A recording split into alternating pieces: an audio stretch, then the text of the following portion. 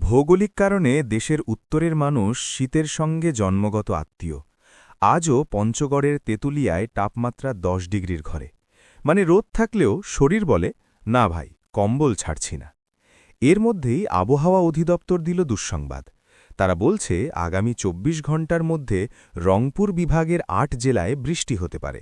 অর্থাৎ শীত যোগ বৃষ্টি সমান সমান কাপড় শুকোনোর জাতীয় সংকট।